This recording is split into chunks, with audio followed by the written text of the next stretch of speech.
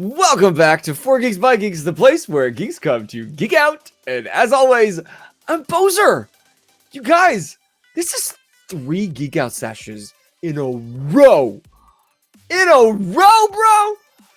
That's right, Bozer 2K25 coming at ya. I know, last year was weird, but we're getting back on the horse. And let me tell you, it feels good up here on this thing. We're strolling. And I'm loving it. And how was your week? Welcome back. If this is your first Geek Out Sesh, we do this each and every Monday night at 8:30 Eastern Standard Time, live on Twitch and on YouTube.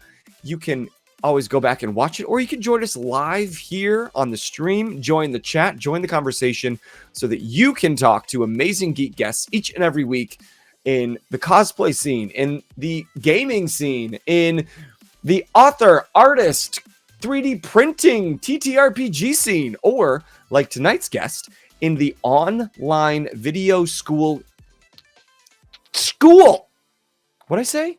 Online video game school.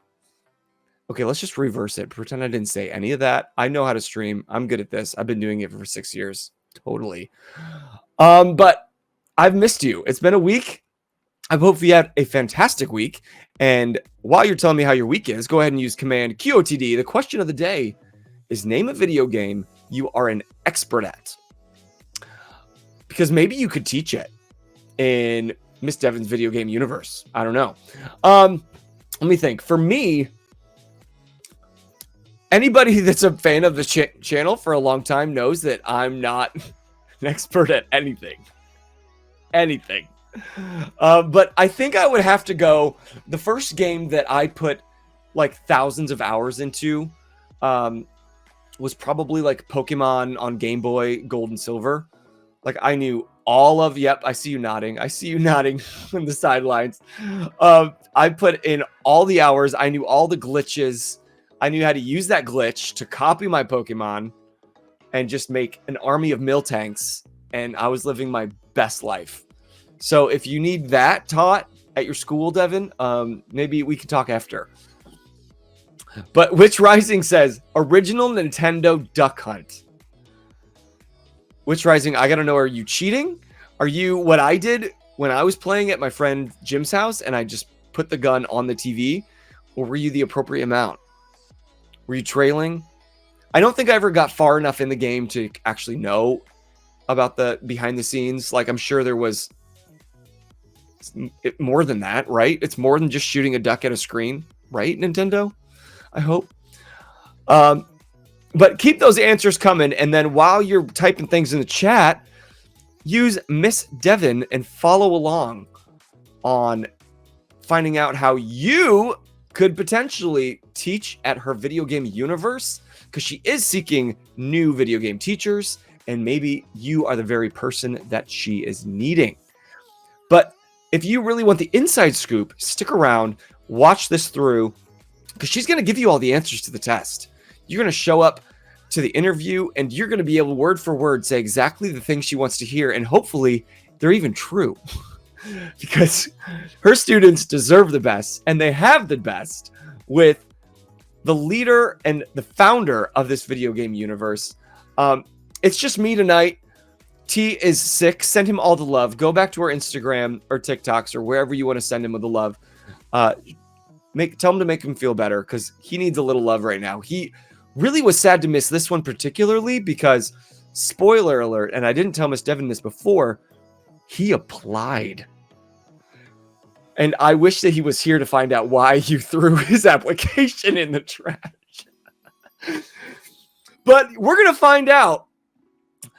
Please join me. I want to see all the emojis. Let me hear you shout from your own basements, because we are about to be joined by the one, the only, the founder of Miss Devyn's video game universe, Miss Devyn.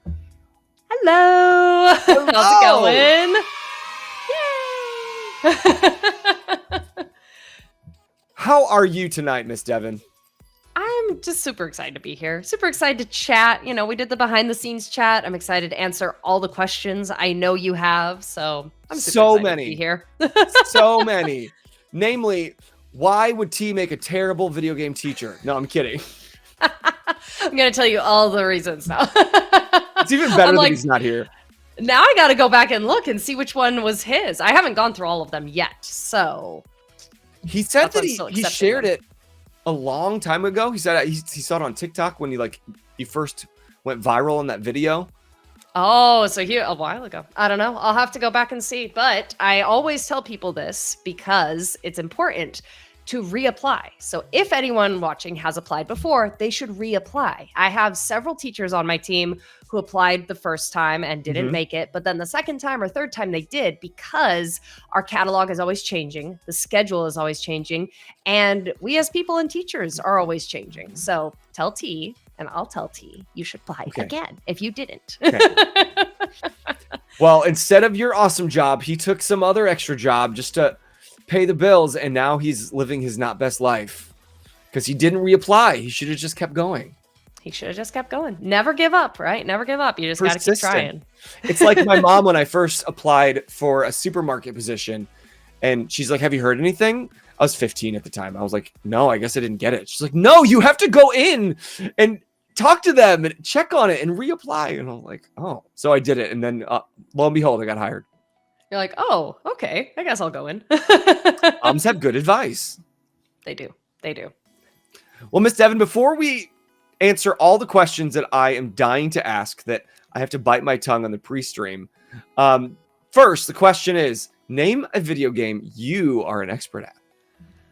I could pick a couple. I was nodding with Pokemon because, well, it's I literally my Miss Devyn. job. I can teach any video game. Wow. I didn't say any video game. I just have a couple that I have taught many, many, many hours. So, I grew up playing Pokemon. That was like my first one was Pokemon Red and Blue. I had Yellow, so my Pikachu would follow me everywhere. Oh, yep. I loved it. That. Yeah, I played a little bit of Duck Hunt, but I was not good at it.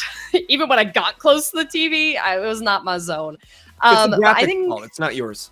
yes, I like that. It was lag, definitely lag.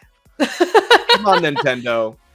But most recently, I started the video game universe and everything teaching Zelda Breath of the Wild. I learned that game inside, upside, downside, not everything, because of course you can't know everything, but like so much about that game that now when I pick it up, it's muscle memory. It's just right. So Breath of the Wild is definitely one of those I'm like, I know this game so well. Okay, so currently I had put it down because I got stuck in, I think I'm headed to the second, Guardian thing. The Divine Beast. There Which it is. animal? But you can go in any order. So which one are you going to? I don't remember. It was a long time ago, but I do remember that every time I load up, I am surrounded by those goblin things. Yes. And I have no weapons, no ammo. I am screwed. I am on a branch, and anywhere I turn, how do I get out of that? Hit your map and teleport away. Go to any shrine that you've done or any tower and just get out of there. I Get out of Dodge. Teleported this You could have just teleported. Or run really fast. That is the other option. I could just have... Great. You could have just teleported. Forget teachers. Are you accepting students? Because I think I might Anytime. I will teach you all the things. I will. I have a lot of adults who will say that to me. They're like, can you teach me how to play? Like, I'm a mom of 4, and I'll have other moms who are like, can you teach me how to play Zelda? I was like, I didn't know you wanted to learn. Yes, I'll teach you everything. Okay, well, now I feel completely inadequate in hosting a geek culture channel because I don't even know that you can teleport in Zelda. Well, not in all Zeldas, so it's okay. You just gotta teleport to a shrine, to a tower. You'll be fine. It'll be okay. How would you compare Breath of the Wild with Tears of the Kingdom? I did not like Tears of the Kingdom. Hot take. I did not think it was as good. I mean, the rumor is that it was intended to be a DLC of Breath of the Wild, and it felt like a DLC to Breath of the Wild. So this is how I started with my teaching stuff. I started with video game writing classes. And the first video game writing class I did was a Zelda-themed video game writing class. And we talked about world building, and we talked about character development and dialogue and backstory. Oh, It was a beautiful, beautiful class because Breath of the Wild has an amazing story. Yes. Tears of the Kingdom, All 5 minutes that I got in it. Yes, so beautiful. You're like, yes, all of the beautiful story. But Tears of the Kingdom was good. Breath of the Wild was significantly better in every single way. Hey, please don't flame my friend Devyn in the chat. She's allowed her opinions. They're gonna agree with me. I think they're gonna agree with me. We'll see. I really feel think like they will. Tears of the Kingdom was like, okay, game designers, we're losing the community to Minecraft. What do we do? They're like, I got it. We just make it Minecraft.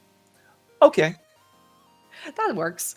See, and like there were some really cool things about Tears of the Kingdom that I liked. I liked like that you could build Zonai devices, but I don't have like the engineering brain. So that didn't capture like my spark. I was like, meh. And then I liked the idea of fusing weapons, but I felt like weapon durability was way worse in Tears of the Kingdom. And then you couldn't carry around like a massive Lionel Crusher, which was just, I felt so cool carrying around this giant club. So I missed it. I missed my big weapons. Yeah, I didn't even know you could teleport, so I just knew that Tears of the Kingdom wasn't for me. You should try it. I'm too smooth brain for this game. I'm more of a duck hunt kind of guy. Yeah. And I'm gonna. What is the game you're the expert at? You said Pokemon. Any others that you are very good at? Honestly, one came to mind as we've been talking. Spider-Man 2 on PlayStation 2. Oh, see, I am not a PlayStation girly. I don't know a lot of PlayStation games because Nintendo was always my backyard. So. Sure. But now you got to tell me about Spider-Man 2. Yes. I grew up on Spider-Man 2. That was my go-to. I'd come home from school. I'd put Dashboard Confessionals in the ear, and I would just thwip around that whole city. I beat that game so many times. Because you could swing around, and the more you did and kind of leveled up, you get like new aerial tricks. I think I had every single one, and I would just. I'm thinking about it right now. Just fly around New York City. Oh, that does sound wonderful. Yes, and you could, I miss that game. One of the greatest gifts that I got from an ex-girlfriend at the time was, I think I got too scratched up. My cat, like, ate it, and they stopped selling it. You couldn't find it anywhere, but she found me another version and gave me a second chance at Spider-Man 2. That is pretty amazing. See, my parents still have the only PlayStation, the only non-Nintendo console we ever owned was a PlayStation 2. My parents still have it. Nice. And I only ever had 2 games on it, and you're going to laugh at me so hard when I tell you the games. First one you might not laugh at. First one was Kingdom Hearts. Kingdom Hearts. Yes! It's fantastic. Love Kingdom Hearts. Right? First game I really fell in love with, like had my entire heart. Loved it. It was so good. And then the other game was Dance Dance Revolution. Nice. And we had like the big metal pads. We had 2 of them. I was so good at that game. Were you like getting perfect? I was so good at it. And I was like, I felt so cool.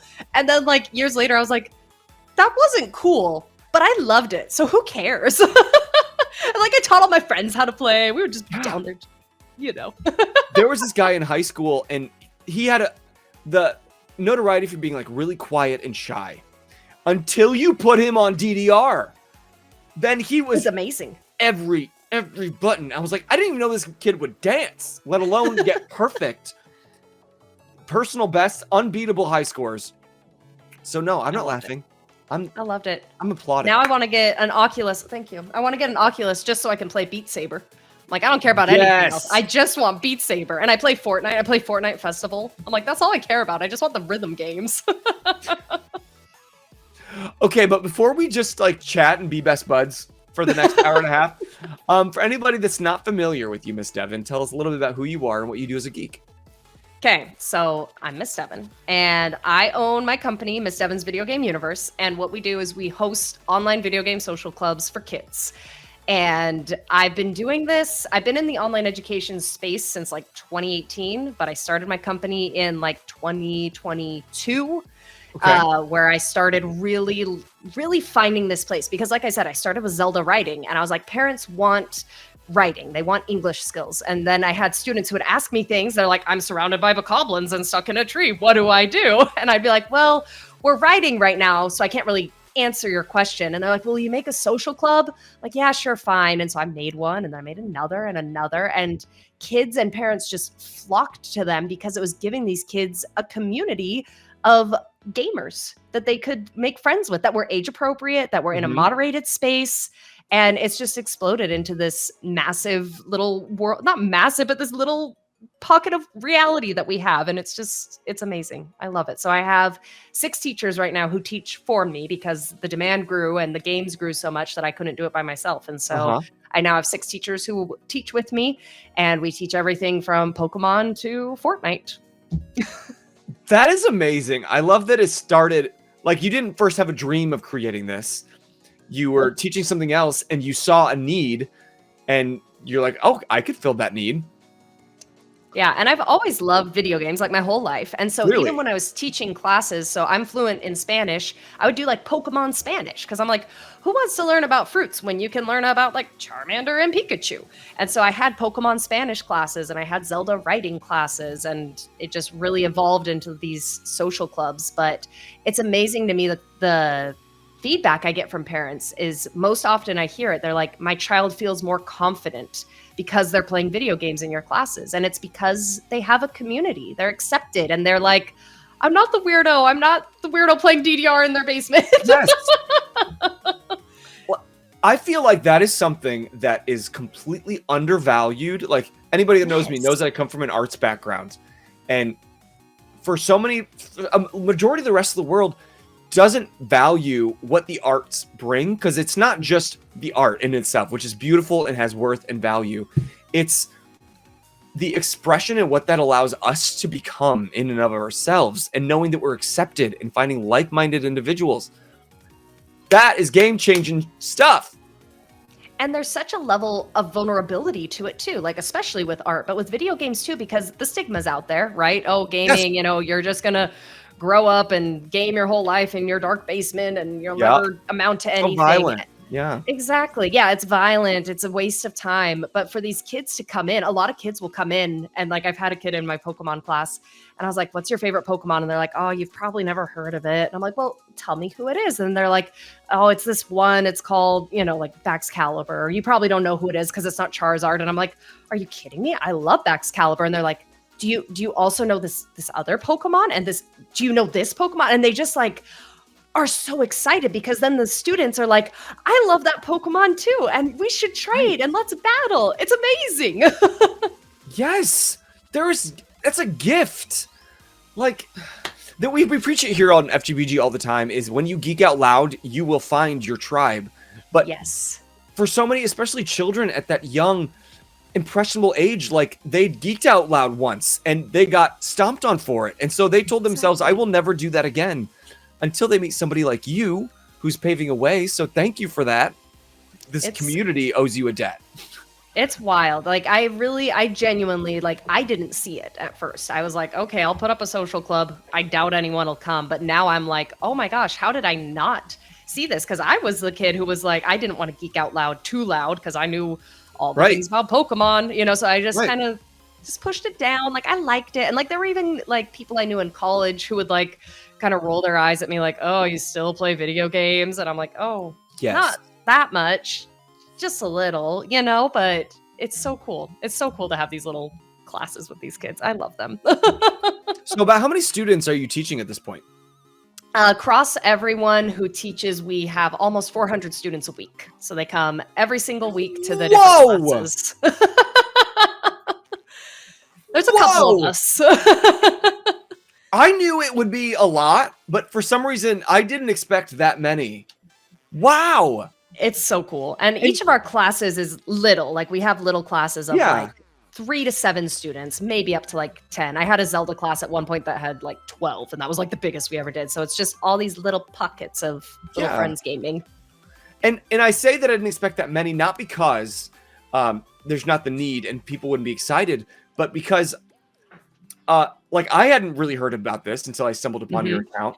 And I wonder about any pushback that you get from parents thinking, oh, more help to play the video games that I don't want you to play. How did you come to amass 400 students?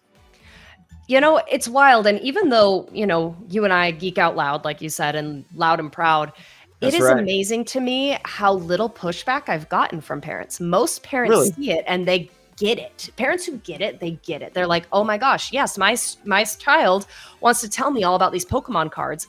I don't know anything about it, but I want to validate their interests. And so they send them to me. And they're like, you can validate my child's interest. You are now a mentor for them. And I'm like, Right. well, yes, I can talk about Pokemon cards all day. I love them. Let's do it. And they feel that excitement from me and that authenticity. And so honestly, it just takes a lot of work and a lot of time. When it started, it was just me. I started with the Zelda classes and then slowly added Pokemon when like Arceus came out. I hadn't played Sword and Shield and I had students asking me to play. So I'd play live and I'd be awful. I was playing the Zelda Skyward Sword. I would play with my students during class. Yeah. And I kept getting demolished by this one boss. And they just, to this day, I have a student. I've had him for like 3 years almost. And to this day, he gives me a hard time. He's like, remember that one boss in Zelda? And I was like, I remember that one boss. I was like, do you remember that one harp song? And he's like, ouch, Miss Devyn, that's harsh, because he hated the harp. So Yeah, right. just Come at me, I come at you, kid. Exactly. Well, it's so fun too, because like I said, I've had some of these kids with me for over 2 years, over 3 years. And so you become friends with them. Like you see them grow up. And I would send him harps in Animal Crossing because he was in my Animal Crossing class and he'd send me spiders and stuff. Like we just kind of troll each other. But it was just like such a fun little thing. And then now he's like in high school and it's just so cool to see them grow up too. I'm like, I just love you guys. I know. I imagine that they start as babies almost, or it feels like it. And then one day you're going to come across this like massive mountain of a man. Like, hey, Miss Devyn. It has happened. Yeah. It has.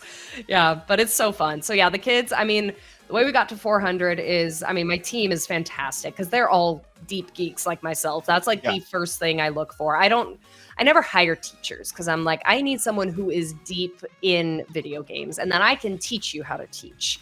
But I need someone who can geek out about Pokemon as hard as I can, or someone who knows that little random tangent that they're going to go on and at least follow them, because like I don't play D&D, but if a student taking notes for your tell T what he needs to fix. I mean, never mind. But even though I don't play D&D, I get it. I know what it is, and I can talk to the kids about it. And so even having teachers who can just go on those tangents and those deep dives with the kids, that's like the number one most important thing for me when I look for teachers.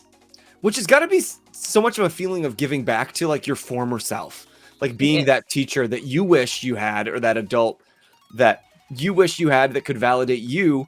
So I'm sure it comes really naturally to all your teachers, because all of us geeks have felt that at some point in our lives when we just wanted to have someone be excited with us and it was met with, oh, really? Eye roll. Mm-hmm. And even if it's not an eye roll, just someone not getting it. So I hadn't played Minecraft until this year. I know I'm late to the Minecraft train, but I remember a student showing me something. You've never played? I'll teach you. But I had a student show me something he built in Minecraft before I had ever played. And I was like, oh, that's so cool. And it was cool, but I didn't get it. And then I played Minecraft and like I look back on it, I'm like, how did he do that? I'm just like blown away. And that's the difference. So even if they have supportive parents or friends, they don't get it. They don't understand like how much time it takes to get good at these games and how much of an accomplishment it is when you're succeeding and how good that feels. But me and my teachers, since we are gamers, we get it. We're like, absolutely. And the homework's got to rock. The homework's fantastic. We have great homework. Play video games. Do the things. All right, kids, I need 12 hours of Fortnite on my desk by Monday morning. Yep, let me see exactly. I always tell my students, I'm like, if you guys don't do this, it's going on your permanent record. It's gonna have for forever. And some of them, they're like, what? And I was like, I'm kidding. There's no grades. And they're like, oh, Miss Devyn. Like, they get very stressed about it. I'm like, no. We're just playing here. I thought I came to this school to escape school. Yes. Turns out. So walk me through, if I am a parent and I'm interested in, like, I want to know what it's like for my kid. How are you playing? Because some of these games you've mentioned are like solo games. They're not like Fortnite where it's a big, massive online. So how are you playing with these students? What's their experience look like? Walk us through the process. So your community here will be familiar with what streaming looks like. You have your little face and then you have the game video. They're not, because they've been watching me. So they have no idea what streaming is meant to look like. So what we do in all of our classes, whether it's a multiplayer game or a solo game, is we stream everything through OBS and then through Zoom through that. So we have our face in like a little circle, Okay. and then our game is on screen so the Yep. students can see it. So if we're playing Zelda, I've had so many students who are like, Miss Devyn, I'm stuck at this shrine. How do I do it? So I will teleport there in my game, and I will beat the shrine on screen with them. Or if they're playing on their game, they'll hold it up. They'll be like, look, Miss Devyn, I got this thing or whatever. So we do a lot of parallel play in the one-person games. And we'll do such silly things. Because like in Zelda, I had one group of students who they would be like, okay, Miss Devyn, walk to Korok Forest. And I'm like, okay, I'm here. And then they'd show me their screen and they're like, Korok Forest is on fire. And so my Link, who's obviously not on fire, I'd run around in circles. I'm like, it's on fire, you know? And just being so silly together and having so much fun. So it's just like, they have so much imagination. I had a whole group of students who joined the Yiga clan, which was rude. They joined the bad guys in Zelda. I was like, you guys can't do that. You missed the character trait lesson about kind of individuals we want to be. Exactly. And we had a funeral for a Wizrobe because I killed a Wizrobe in one of my games. And they were like, Miss Devyn, that was my friend Jerry. And I was like, I'm so sorry. I didn't know. And they're like, we need to have a funeral for Jerry. And so we went and we had a funeral for Jerry. And it was just so fun because like kids are so imaginative. So when it's a solo game like that, you got to get creative. You got to have fun. We would do like foot races. I'd be like, okay, whoever can get from point A to point B first without teleporting is the winner. And then you get to pick our next race. And so we just do silly things like that when we do solo games. That's so fun. I bet you just have a blast. I really This do. is your job. This is bogus. This is just bogus. People used to say, little Bozer, what do you want to be when you grow up? And I'd say, I want to play video games. And they'd pat me on the head and be like, oh, cutie, that's not a real job. And then you made it a real job. I made it a real job. I made it. Just a couple years too late. You could still apply. It's open. Application's open. Okay. What are the hours like? So I let my teachers pick whatever hours they want to work. So, here's one of my little people. She heard me talking. Nope. You've been summoned. So I let my people choose whatever hours they want. We teach through a platform called OutSchool, and it's an international platform. And so they can choose to work in the mornings, they can work in the nights, they can work weekends, they can work every other, Thursday. It's entirely up to them. And then we try and find students to fill the classes. And if there aren't students in those times, then we try different times, but it's really whatever schedule works for them. Is there a minimum hour requirement? I don't have a minimum hour requirement because it's one of those jobs that's very side hustle in nature.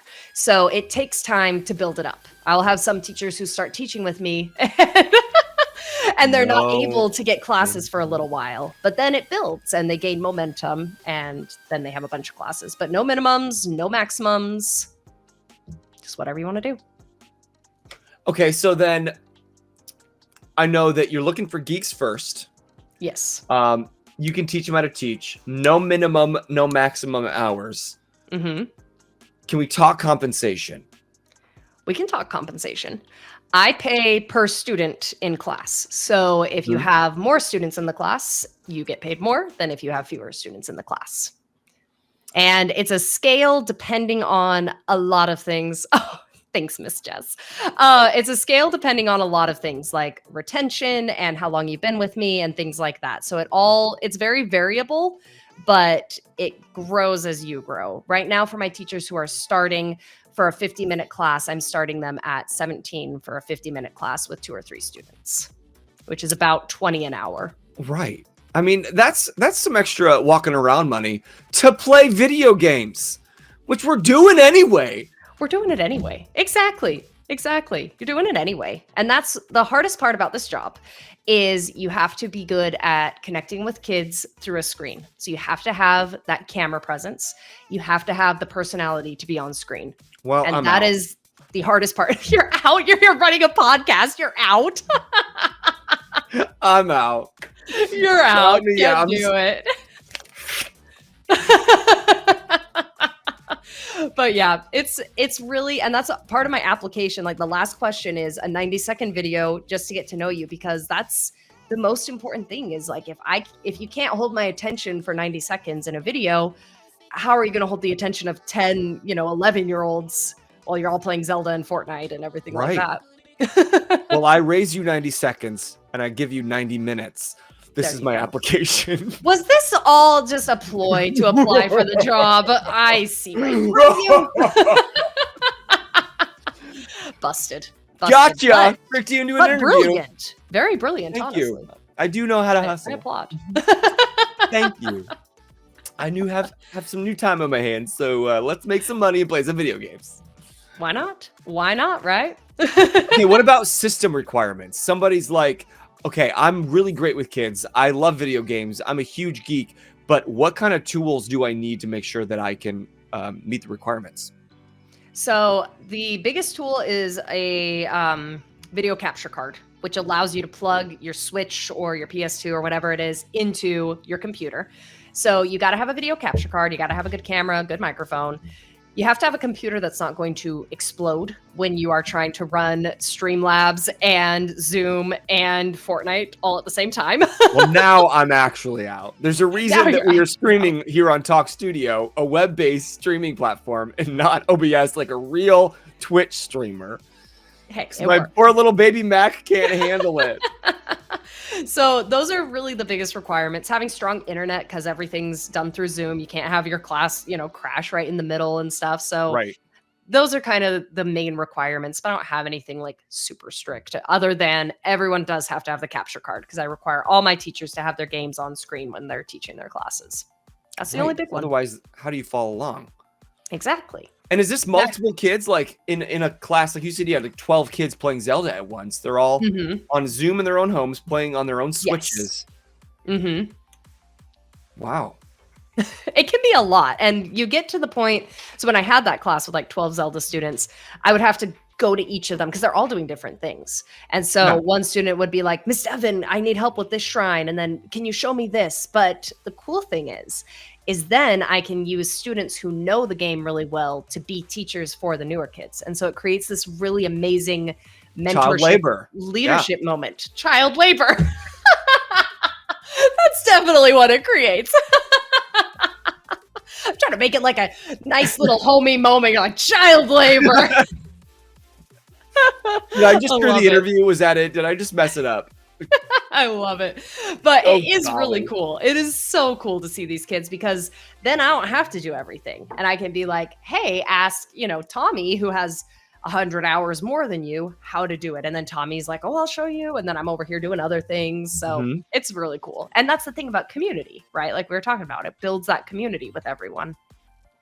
And that I think is the most important of what you've done is like any kid can find any person to like teach them a video game, find another kid at school, which, connects that one-to-one, but you are like the hub for this massive web to show that kids are not alone all over the globe. Do you have a lot of international students? A few. Well, actually, we got our stats not long ago. I think we taught 82 countries last year, which is wild. I didn't think we taught that many, but I had a Splatoon class. This was one of my favorite classes. I had a Splatoon class. One kid was in the UK. One kid was in Italy. One kid was in France. One was in Texas. And one was in like Virginia or something. But so like the World Cup was happening and all the European kids are like talking about it. And the Americans are like, whatever. And then we were like showing the Italian student easy cheese. And he like had a little bit of a heart attack. He's like, that's not cheese. And then all the European kids were just like giving the French kiddo a hard time because that's what you do in Europe is you give France a hard time. So it was the coolest. It was so much fun. What a cool, like magical moment that like so many moments I imagine that you get to witness.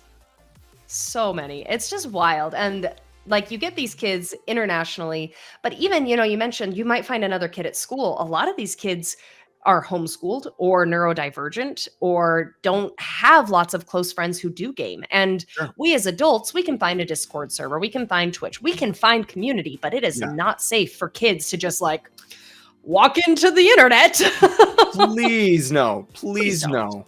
Yes, please. And so it's really nice because parents get that reassurance. They're like, there's an adult here who goes through a background check. I can supervise the entire time. Everything is recorded. All of the kids have to show their faces, at least for a little bit of the class, to make sure they're children. And it's just like, now it's a place where they can game and find friends. And it's perfect. It's amazing. Okay, so they have to be children? They have to be under 18. So I should shave. You should shave. Because I look 12 if I shave. And raise your voice like at least half an octave. So I should shave. There you go. Now you could. Okay. Right, Miss Devyn, I have a question. I have these walk-ins. They're all trying to kill me. Like, are you around all the bokoblins? I'll help you. You got to teleport. Oh, wow. Is that is that all? Yeah, it's so fun though. But yeah, so all of them are kids. There is no adults allowed in the class. Even like parents aren't supposed to be like hovering nearby. They can be around, but just for the safety of the kids, it's like no adults in frame hanging around. It's for kids. Yeah, because that was my question is like you on your website, which we're going to show real quick. Building confidence in kids through video games. Yes. Video games. That's right. Like so much of it is about how it has become like it's a safe space and you can guarantee it's a safe space. But like as a parent, I'm not a parent. That's a good thing for the world. How do you guarantee that it stays a safe space? Because I work with kids plenty and you do not know what's coming out of their mouth ever. It's true. Ever. Well, we set the expectation as teachers. OutSchool also sets the expectation as the platform that we're using. Okay. And so if a student, there have been times where students will start like being mean, and that's when it's our responsibility to say, hey, we can have fun, we can troll each other, but we are not mean here. And then if the kid keeps going, you say, I'm sorry, you cannot be here. If you're not going to behave appropriately, you cannot be a part of the class. And I've never had that happen. I've had like some kids who will like get into the game. And then as soon as I'm like, hey, you need to calm down, they're like, oh, I'm sorry, I didn't mean it like that. And so they usually are able to check themselves. I have had very few, I can't think of a single instance actually, where I had to kick a kid out of class because of misbehavior. Yeah. And so parents knowing that there's an adult there moderating the conversation rather than it just being random voice chat, that's the biggest thing. Believe me, as someone who's played Overwatch at 12 a.m. online, the kids are the worst. They've made me cry. They can be brutal. They are brutal. But I think it's like by you setting that culture so strongly. I have a teacher at the school that I work at, and she does such an amazing job at setting the culture from day one that like these kids might be yahoos 90% of the day with other teachers and other specials, but they come into her class and they are little angels because she creates that really safe environment and they know that they can express themselves, but she models how to express themselves in respectful ways and kind ways. So I'm sure you have done the work by laying down that groundwork. Well, and hopefully the other thing that we hope we do is that when kids go on to Overwatch at 12 a.m., that now they won't be such trolls, right? That like gaming online can be so toxic. Like we all know it. And so we're like, if we can teach these kids how to be good digital citizens and not cuss someone out for being a noob at the game, it's going to be better for everyone in the gaming community. Now, I don't know if that's what happens. I like to think that that's what happens, but I don't know. Once they're out of my classroom, I'm not responsible. They'll always have a little Miss Devyn on their shoulder. Exactly. Like, what would Miss Devyn say if she heard me saying that to this new friend that I made on the internet named Bozer? What would she say? She would say, I need heels right now. Pretty please. Please. Super please.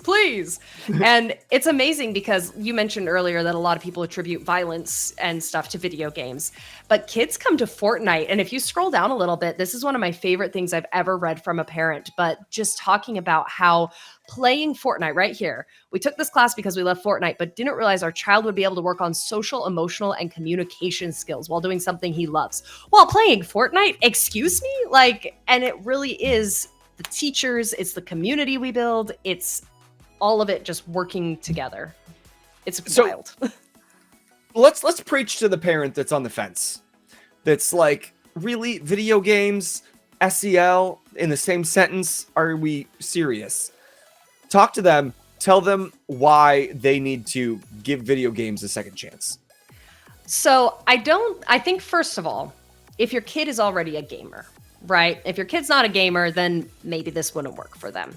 But it's the same thing as a volleyball club or a chess club or a book club. As soon as you give the child a community and a mentor and a place where they can be unabashedly themselves, they will be more confident.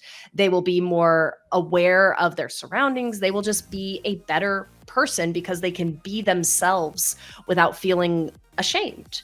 And so I was just talking with my friend, her kiddo takes some Minecraft classes on out school. And she's told me, she's like, he's more confident. And it's because he comes to these classes and he sees kids like him, kids who maybe are like a little bit too into Minecraft, maybe know a little bit too much about it, but he sees them and he's like, I'm not alone. And everyone will stand a little taller when they feel like I'm not alone anymore. Yes.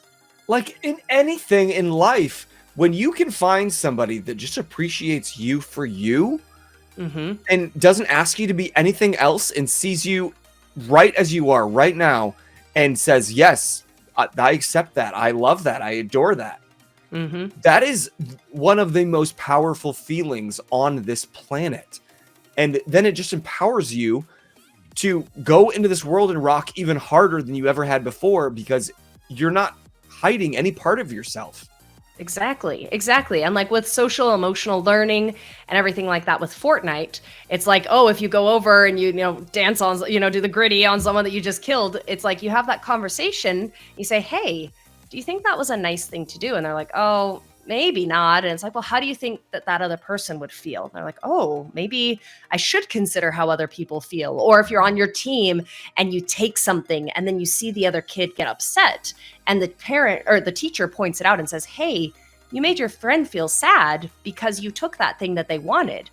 That's emotional learning. That's learning how to be a good friend. And it's just through playing Fortnite because that's just the vehicle we use. Like it just so happens to be gaming, but it could be anything where you can learn those skills.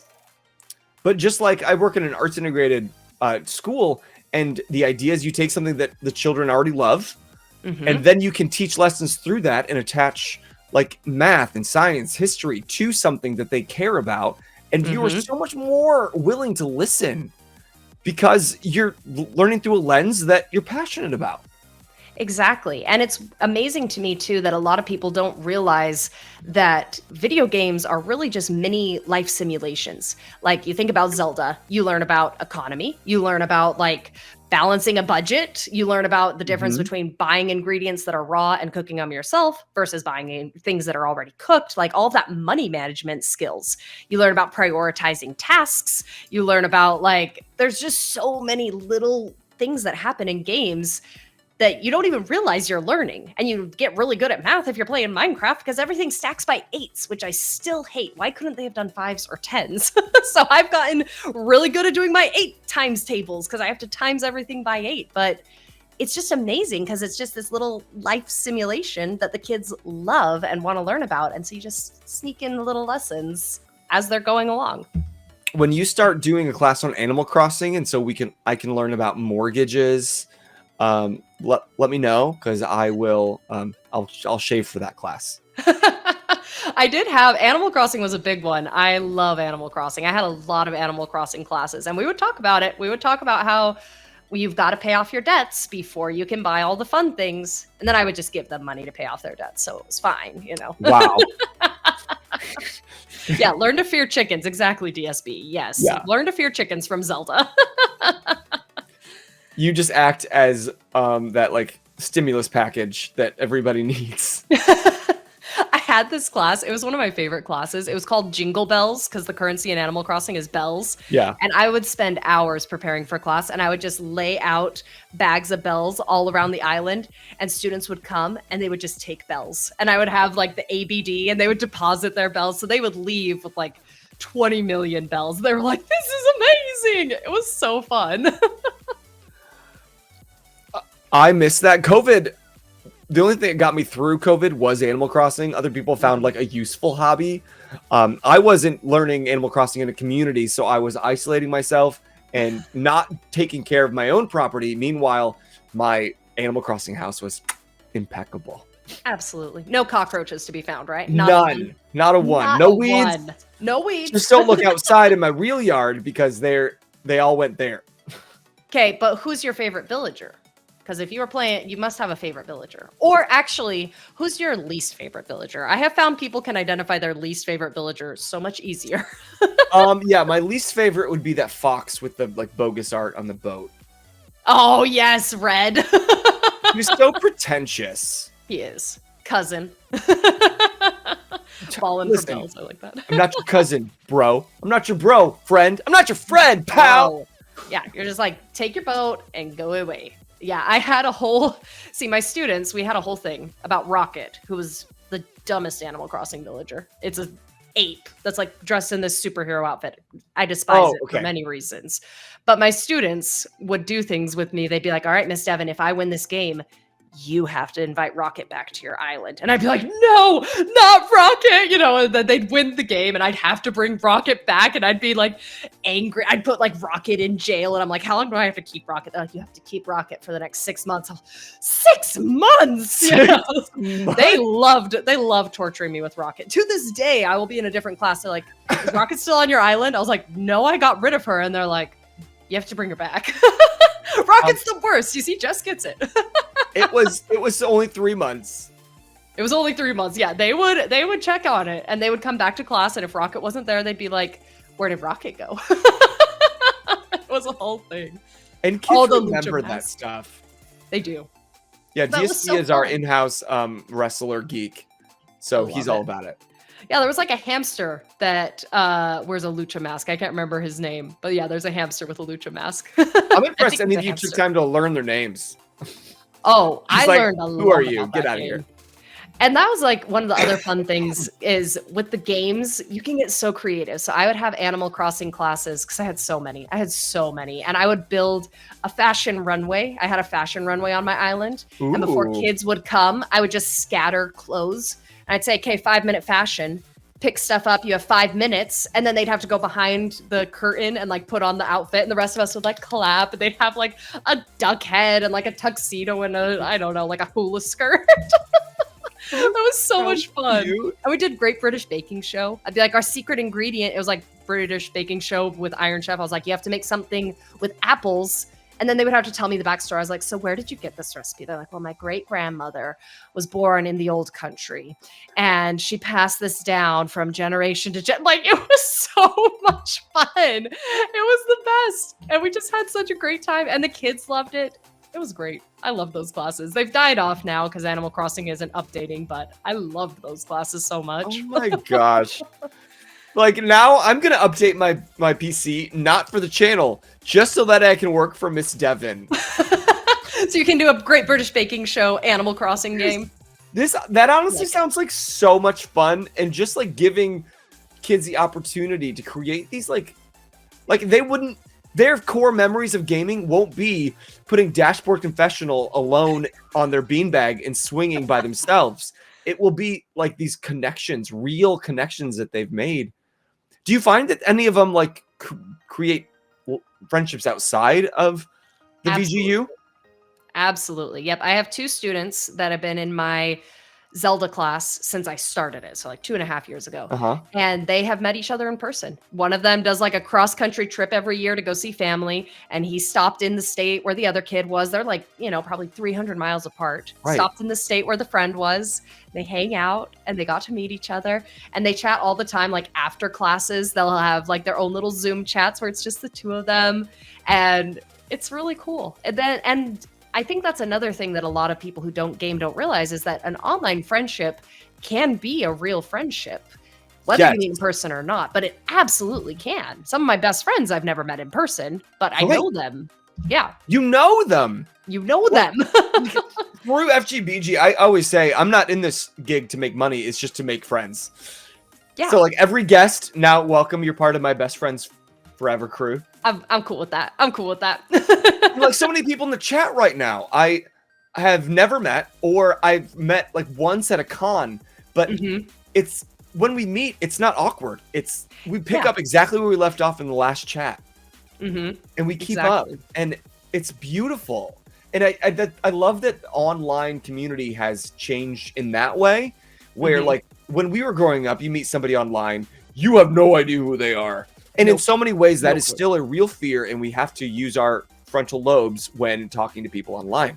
But Yes. when you're part of a community like Miss Devon's or like FGBG, these are real people, and they are really just seeking other geeks like ourselves. And like I feel like I've got a real friend group here and a real family, and I love that you are creating that for kids all over the country and all over the world. Well, and it's like you said, like we can find these friends. We have communities. We can build these communities ourselves because we're adults. Kids can't do that. And Right. it isn't safe for them to just become friends with whoever online. But when No. they're in my classes, parents can see, oh, this is the child that my child is talking about. I can get to know them. The parents can email each other and Mhm. actually communicate.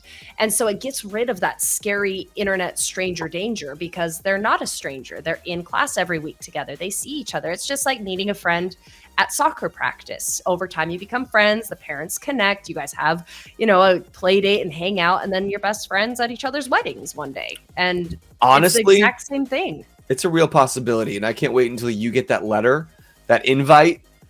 That They're would be marrying so each other. amazing. One's That would be so officiating. cool. Oh my gosh. That would be the best thing ever. We'd all have our switches and we'd jump into do backflips into Death Mountain. My students loved it when I did that in Zelda. They're like, Miss Devyn, go do a backflip into Death Mountain. I was like, okay. And they were like, yeah. It was really funny. So speaking of the community you're creating, can we scroll back up a little bit? Tell us a little bit about these teachers, because there might be some parents in the future who are watching this, and maybe they'd like to get to know a little bit about more of the teachers. Well, keep scrolling up, all the way up, up, up. And there is a tab that says Meet the Team. And if you Ooh, go to that tab, each teacher has their own profile and a little video that parents can watch. So, like Amy, she loves shooter games. She's so good at Fortnite and Call of Duty and Splatoon. And she's got an amazing video game collection, as you can see in her picture there. ooh, that And background. she's been playing games her whole life. She's a mom, plays with her teens and everything. So each of them has their own spot so that parents can get to know them before they start the classes. I'm trying to see what that arcade game is in the back. I don't know. I have to get really I close could to my ask her. tiny computer. Anyone in chat know what it is? Like maybe Amy's in chat and she can tell us. Amy, what is it? I don't know what it is. I can't even read it. The I don't know. I don't know. The green blue game. Yes. Yeah, she's got an amazing. This is only like half of her room. It's the entire room. Like it goes around the entire room. Ugh, And dream. it's amazing, right? I know. I'm like, can I have your collection? And she's got all like, you see her retro TV there. She's got like 2 or 3 Yeah. retro TVs to play the different systems. I You know love it. she's got an NES hooked up to that somewhere. Absolutely, right? Absolutely. So yeah, she does a lot of my Fortnite classes. Those are kind of her main bread and butter. But you can see up there, it says her favorite games, the ones that she plays. Uh-huh. So it's really nice because then parents can get to know them. So yeah, then Ashton does a lot of Pokemon TCG and Ooh. Pokemon. She plays Minecraft. She also does Fortnite. But yeah, parents can get to know her there a little bit more. How do you do TCG in the school? We use Pokemon TCG Live. So Oh, okay. yeah, you just do the online app. But a lot of kids, that one hasn't taken off quite as much because most kids just collect the cards. They don't play the game. That was me. That was me also, is me. I play the game, but not really. And then Julie is she plays all the cozy games. She's also a streamer and does like Ooh, I see it. Animal Crossing streams. Yeah, Zelda, Pikmin, Stardew Valley. She's also got a background in music. So like a lot of my teachers, I also hire on because they have years of experience with kids. So Miss Julie's taught music classes for a very long time in public schools and things.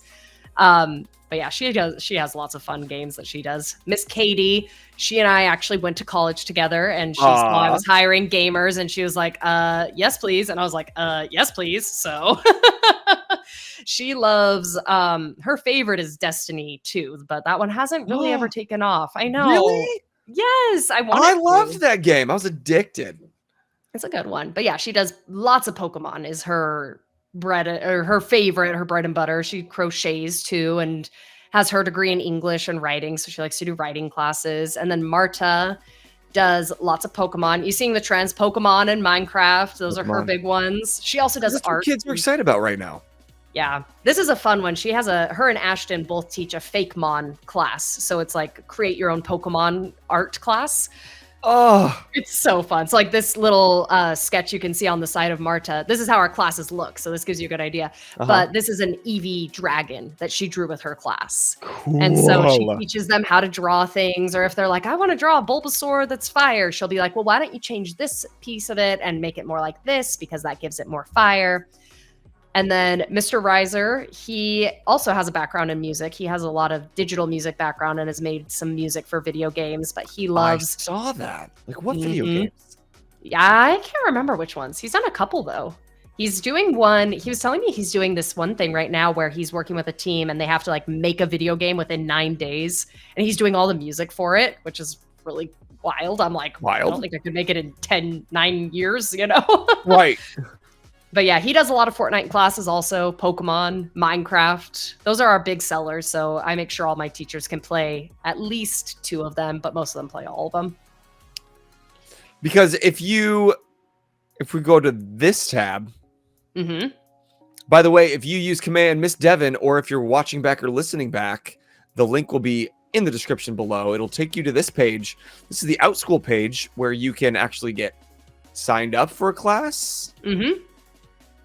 Yep, so to sign up for classes, you just scroll down to the very bottom, and that shows you our full catalog. And so we've got Pokemon, Minecraft, I have an essay writing and a creative writing class. I'm adding more of those. I'm so excited. I'm creating That's so cool. It come back full circle.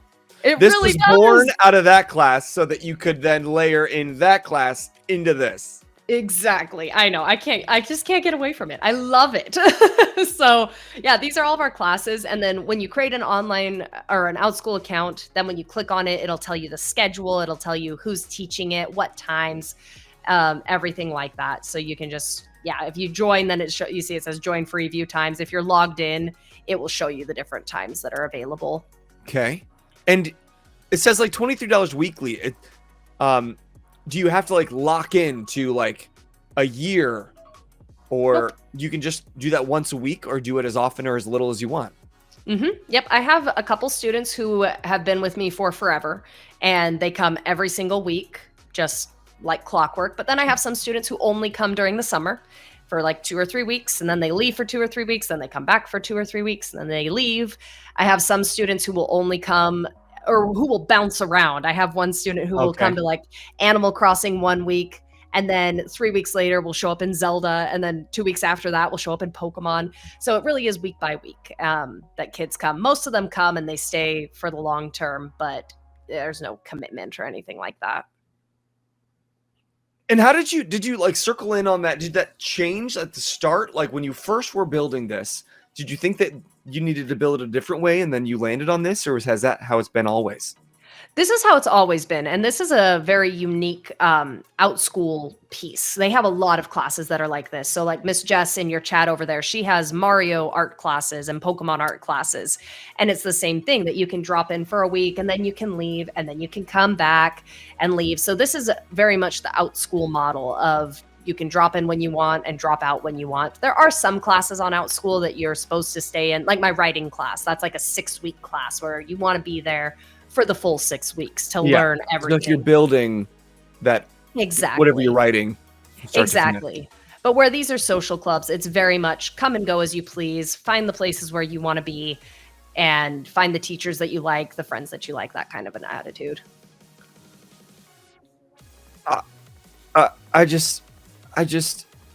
You broke my brain. This whole concept has shattered me to the core.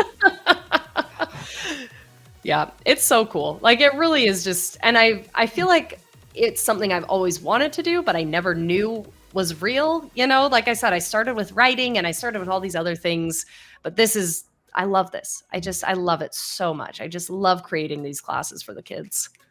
Okay, so rewind the clock a little bit. Now that we understand where we've gotten to and what is possible, and what I need to teach there, you didn't always do this. You said you started this, like the idea in 2018, it really founded in 2022. but like, how did you go from little baby Devyn playing games to creating Miss Devyn's video game universe? It was a lot. I think this is going to surprise you, the journey. So so I'm a mom of 4 girls, and I always wanted to be at home with my daughters. That's always been my priority, is to be a mom first.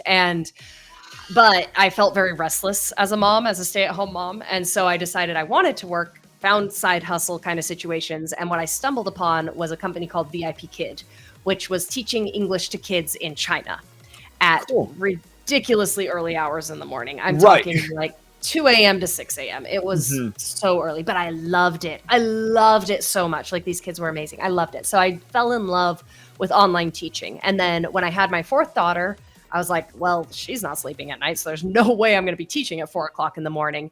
And so that's when I started looking for something else. And I found Outschool, because a lot of teachers from VIP Kid found Outschool and were like, you can teach anything you want. You can teach any hours you want. And so I was like, that's what I want to do.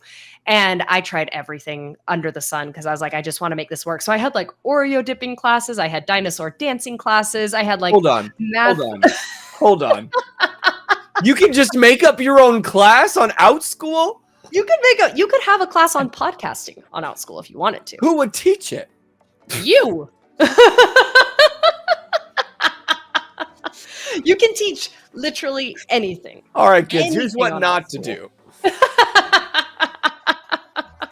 But you can teach anything on Outschool. And so I was trying to figure out what I was going to teach. And that's why I was teaching Spanish, and I was teaching English, and I was teaching some math, and I was teaching some cooking, things that I love to do, just trying to find out, figure out what I wanted to do.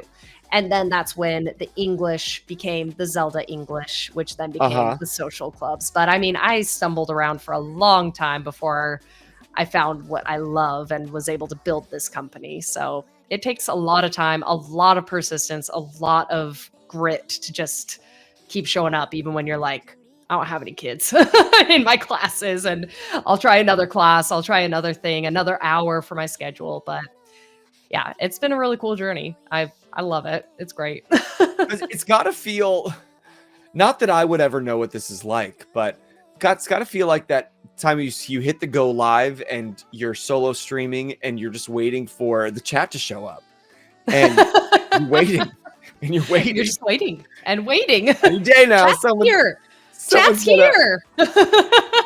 Never for a Geek Out Sesh. We always have a group for a Geek Out Sesh, but on occasion in the years that we've been doing this, sometimes I'm like, you know what? Maybe we'll play a game. You know what? Maybe we won't ever play a game again, because no one. But it's so true. Came. Like, you get it when you have to build something and you start with absolutely nothing.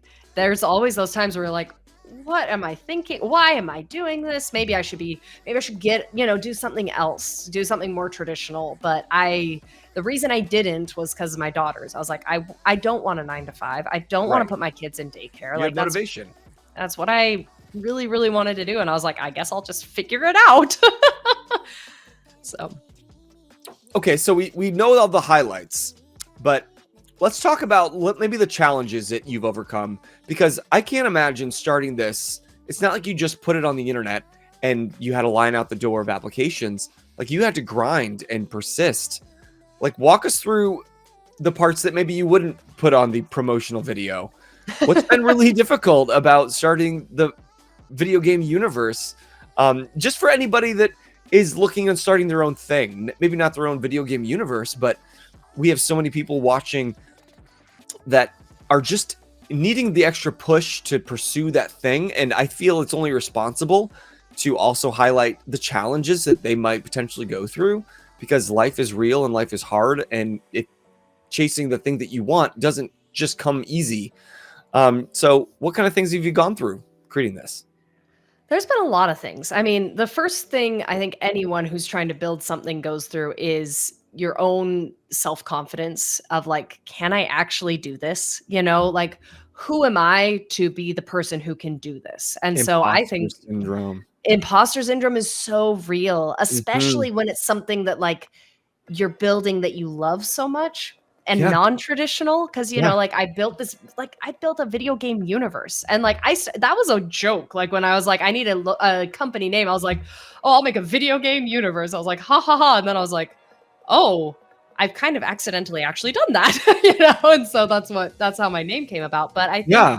anytime you're building something, you have to give yourself time, because if I had stopped, when it got hard, I never would be where I am. And it's Right. still hard. There's still days when it's just so hard. You have to do the boring back end stuff, because now a lot of my time isn't spent teaching my classes. Now it's about managing. It's looking through applications. It's looking at, recordings from classes, messaging parents, dealing with schedule, payroll, those kind of behind the scenes things. And those are so important if you're running a company. And people don't want to talk about those things. I don't want to talk about those things because they're hard. It's the sole reason why FGBG has not made any money. It's because we just don't want to manage that kind of thing. We want to keep it fun. I think that's wise. It's I not think because we're not profitable in any sort of way. No, it's foresight is what it is, right? that's what it is. That's what it is.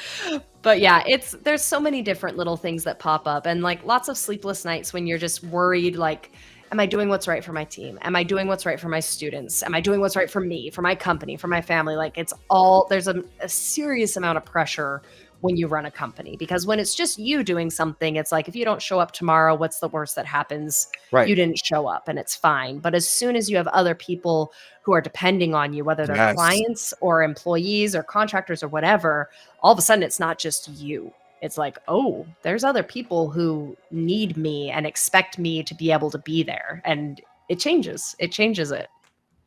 So how do you fight through that? What's the thing that gets you from that nightmare that you can't wake up from, of all the pressure these people are relying on you, and these students relying on you, and your family relying on you? And are you triggered yet? Chick-fil-A milkshakes. That's what gets me through it. You heard it here, folks. Chick-fil-A milkshakes. That's the only way. But really, you have to, like, I've just recently had some stuff happen that's really hard, and you feel it and it sucks, but you have to find people who are your friends, who are your allies, who are going to help you through it. You got to find your community of like-minded people, and they help you through it, and you just barrel through and keep going, because it's like you don't have an option to stop. Which helps, but is also not helpful. But it's like when you decide to do this, when you decide to build a business or whatever it is you want to do, you don't have the luxury of saying, I'm done, because other people need you. It's a lot of pressure, but it's also like there's no other option. Right. Like when you feel that, like we talked earlier, when you feel the feet against your, or the flames against your feet, and put your heels in the fire, like you have to get it done. And Yeah. that's my goal this year. Side note for FGBG is, last year I got really busy in other things and in work and all that. And unfortunately, this channel had to take a severe back burner, and I hated it, but it was the only way to keep sane. So this year, my goal is to make it such a unstoppable boulder that even when I get busy, I don't have a choice. I have to keep going, because I think that's going to be the only thing. I don't have employees. I don't have a team except for T.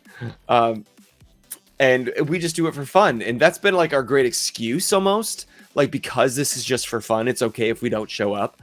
But by not showing up, we're missing out on countless interactions with great guests like you, and great people in the chat like DSB, Witch Rising, Heroes of Evermore, Alec, all these great people that show up week after week. Because for all of you at home, like, I like to think this is your escape, just like for the students in the VGU is their escape.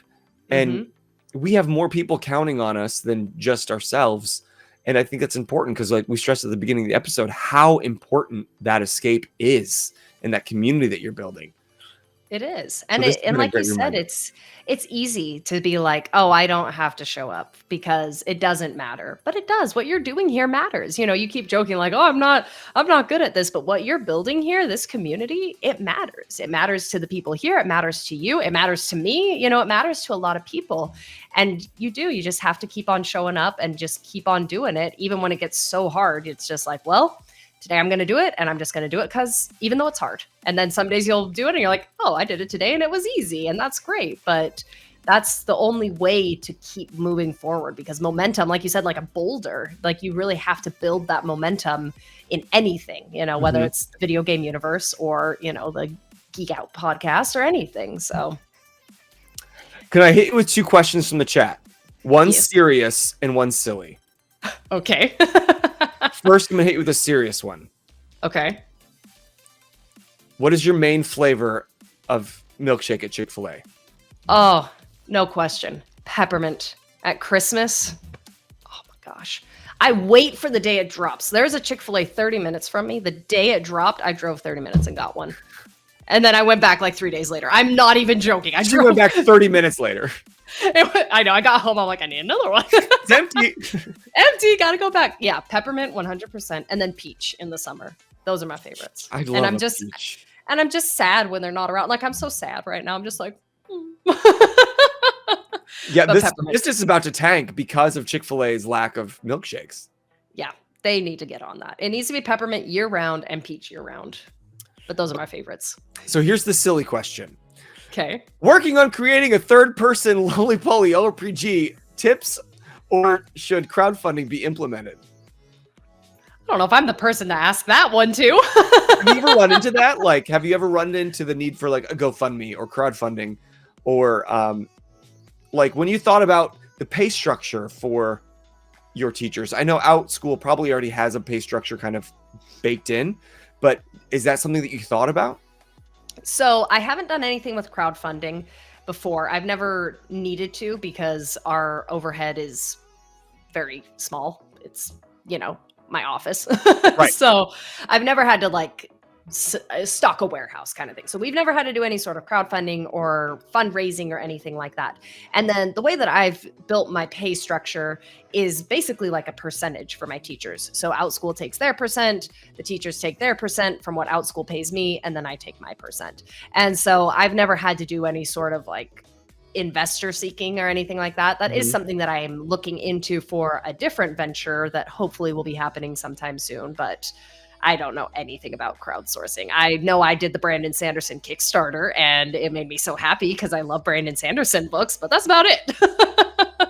Do you mean like The Way of Kings? We are best friends. Have you finished it or are you just starting? Where are you at in your Sanderson journey? Why didn't we talk about this sooner? Far.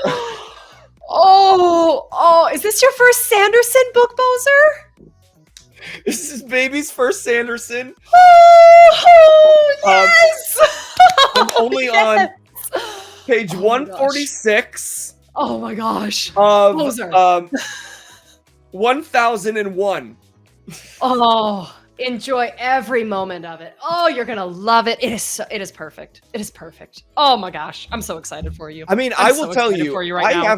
I have loved every second I've read in this book, albeit very few and far between because I'm a slow reader. I have a low attention span, and I fall asleep when I read. But I've loved it. I might have to switch to the audiobook. The audiobook is fantastic. I listen to all of them on audiobook. Really? So Okay. good. So I don't have to feel like a sellout. No, audiobooks are still reading.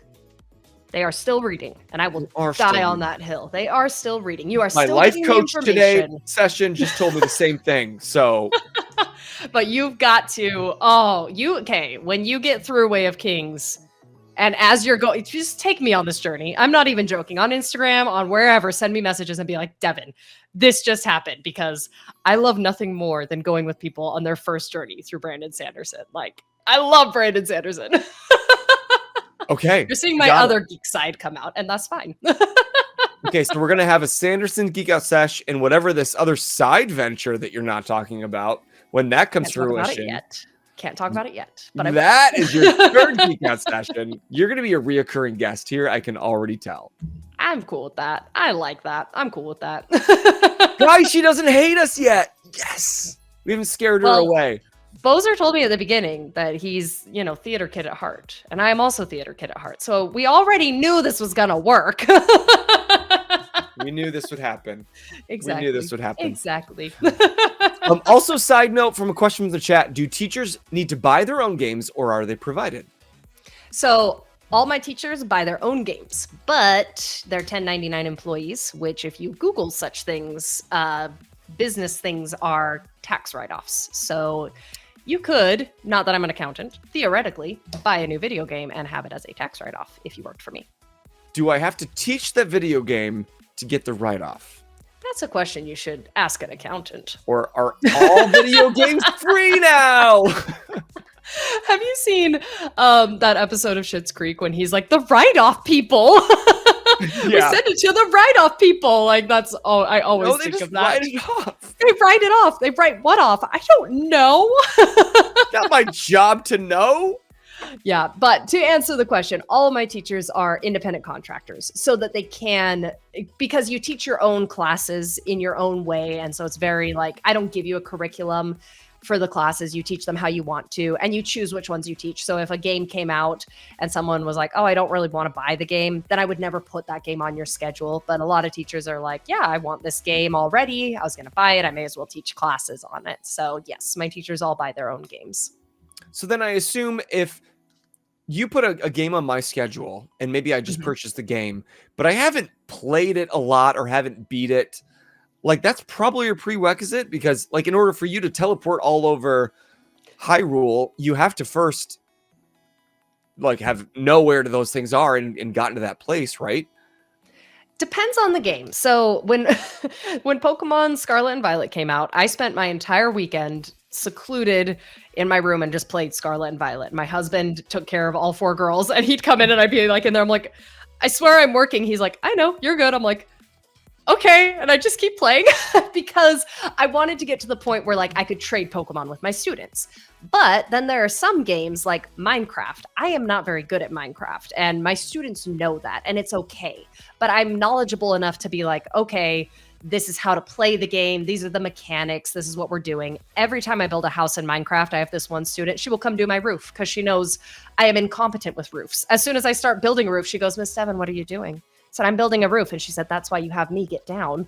I will build it properly for you. And she does, and it's great. That roof is not to code, Miss Dev. It really, though, like I cannot build roofs to save my life. Oh my gosh, it is so hard. And she always just is like, hold on, I'll do it.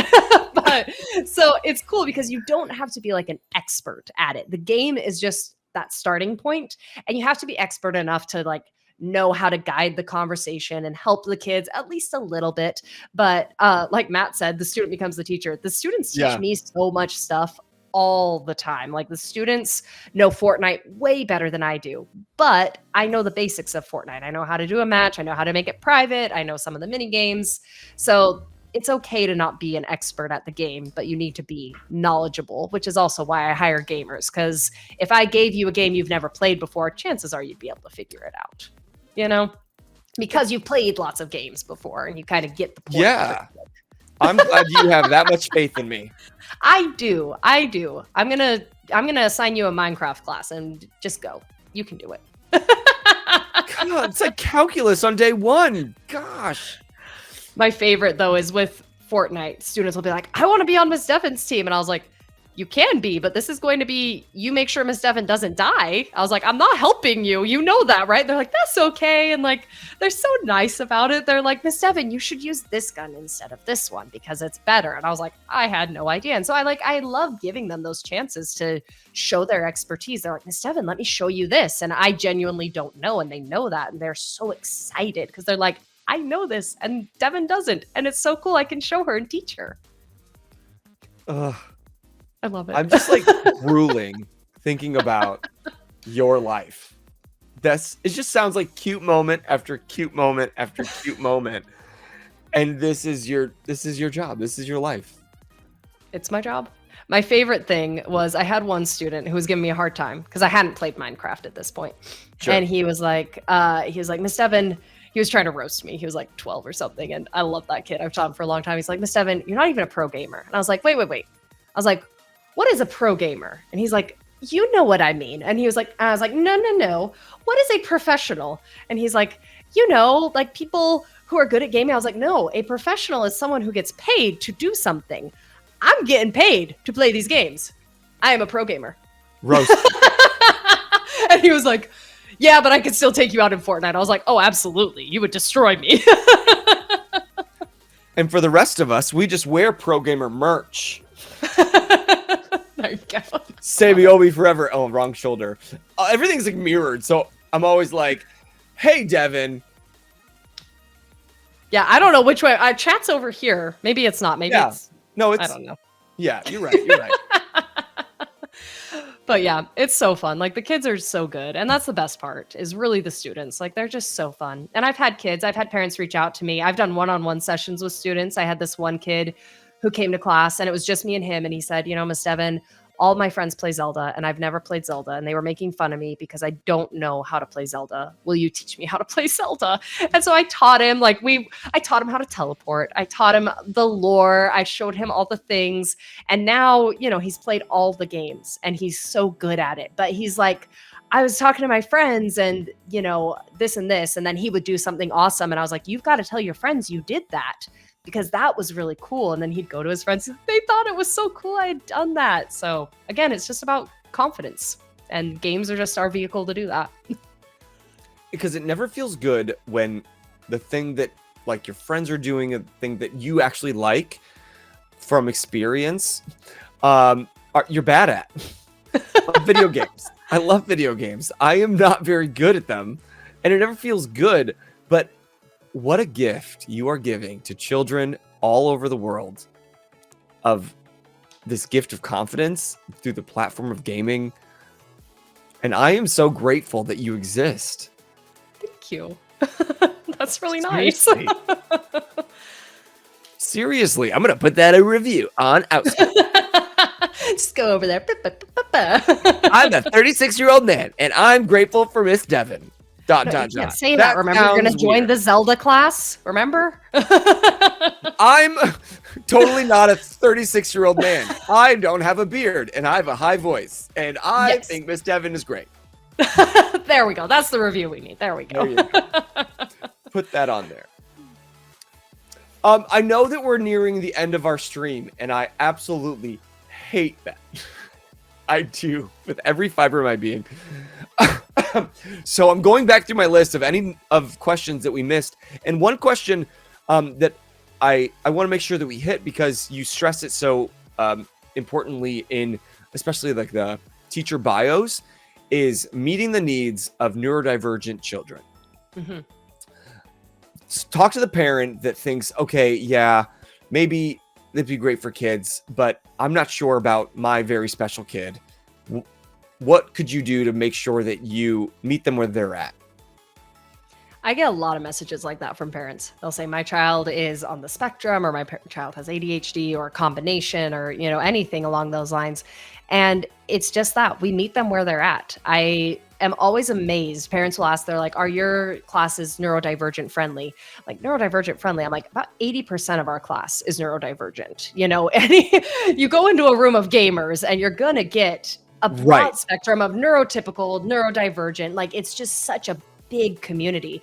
And it's amazing because as soon as these neurodivergent kiddos see each other, they're like, I'm not alone. Again, it's just that feeling of like, wow, there's this other kid who has ADHD just like I do. And we don't like talk about it, but some students are like, yeah, I have ADHD. And then another kid will be like, hey, me too. And they're like, you do? I wouldn't have thought you do. And then a third one's like, yeah, me too. So like some kids like to talk about it, but there are some who don't. But parents can see it in the classes. They recognize it in other kids. And we treat them all the same. We meet them where they are, and we help them build those skills. So whether they've got a lot of experience and they're confident, like interacting with their peers, or whether that's a struggle point for them, we help all of the kids just the same. But I think parents are always surprised how many neurodivergent kids are in our classes and how seen their child will feel by being in those classes. Yeah, I love that extra layer of community that those kids get. Like, it's not just games.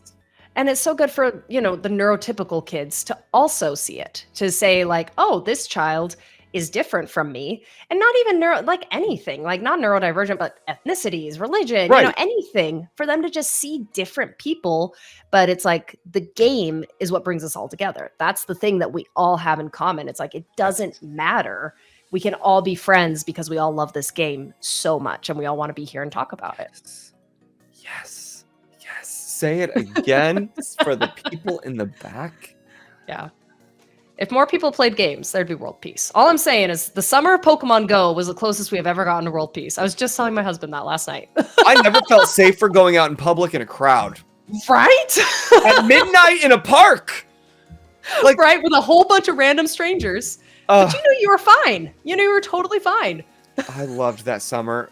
It So was good. all we did. So good. We got yelled at rehearsal all the time because we were just playing Pokemon Go backstage.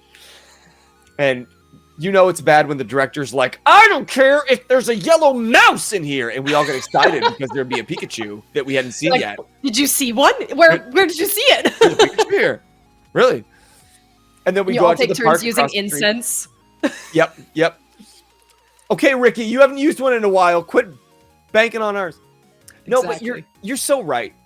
Like, again, we have such similar motivation behind what we do, and the theme of both this channel and the great work you're doing is when you just express what you love and lean into that, you will find your community.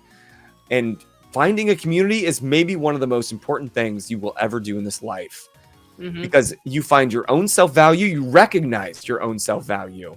And it Yes. doesn't have to match somebody else's definition of it, because there are plenty of people that will exactly meet yours where you're at. Exactly. And especially with kids, for them to learn that early on. Early. It is so important. I just had a girl, she came to my class and she had on elf ears, and it brought me so much genuine joy. Just joy. I was like, are you wearing elf ears? And she was like, yeah, I've got a lot of them. And she covered them. I said, do not cover them. I love them. I was like, that is amazing. And all of the students, I love your elf ears. They're so cool. And you know, that girl has had so many people say, that's weird. Yep. That's weird. And she's 11, she's just a child. It's like, let her love her elf ears and find other people who love the elf ears. Because you're Right. absolutely right. You just got to find your people and then block out the noise of the other people, because they don't matter. They're not your people. It doesn't matter. Life is too short. Just stick with the people that like you for you. Yes, exactly. You get it. I get it. Because we all learned the hard way, right? We did. Well, and which Rising said, I wish your school had existed when I was a kid. Every Yeah. single one of my teachers has said the same thing, because each of us has felt that, or each of us has had an experience online where we weren't safe, or an experience with an adult where they didn't validate our interests. And it's so true. It's like, kids need it. And Yeah. I'm just lucky enough to be the one who gets to do it, but it's such a needed thing. It really is. I can't tell you how much this Geek Out Sesh has meant to me, and how important it is to all our listeners, to the chat. So if you at home, whether you're watching live here on a Monday night or you're listening back on the podcast at any time, please drop a comment so Miss Devyn can be reminded the importance of her work, because there's going to be a day in the future where you're having a hard one. And I would love for you to be able to come back to these comments and just get a reminder, because you're doing the Lord's work, to be honest. You're doing such good things, and I'm so grateful that you exist in this world. Well, thank you. I'm so glad that you generations. reached out to me. I'm glad we met. Like, this has been wonderful for me too. Like, it's just so great, because even among, my peers, it's hard to find others like us. So thank you so much for having me. And you don't let your podcast get on the back burner. Did you see in the comments, other people are saying it's the highlight of their Mondays? I saw. Okay, so you've got to do it. You got to show up. They need you here, because And DSB put it on the level of Monday Night Raw, and that is sacred. So, yes, I heard it. I was wiping a tear when I read it, but I moved on. Thank you for drawing that attention, and thanks for the reminder. And now we're buddies. Yep, exactly. So we can check in on each other. Mm-hmm. I can give you highlights on Brandon Sanderson. Yes. Oh, we need to we need everyone in chat. If you have not read Brandon Sanderson, you are coming on this journey with us, whether you like it or not. So just buckle in. And really, you're missing out because T is the real reader. His goal is to read like 84 books this year, and he's like already 10 in, and it's only January. But he's a big Sanderson fan. So we need to have a Geek Out session just on that alone. Yes, I would 100%. I have like 4 Sanderson shirts. I did the whole Kickstarter. It's deep. It is deep in my soul. You know, gaming and Sanderson, they're right there. Ooh. Do you ever do any readings with the kids in the group? I actually did have a Skyward book club for a minute. Nice. But no one signed up because it was like so niche. It was a little too niche, but I was like, we'll get there. I'll bring them along. Well, thank you for being here tonight, Devyn. This has been magical, and thank you all for you at home watching. I am blessed and honored to be a part of your Monday nights, and don't worry, this will not stop because next week, that's right, I have a guest next week already. Curations by Kira, an amazing 3D printer creating imagination through 3D filament and resin. So come by next Monday night as we continue these.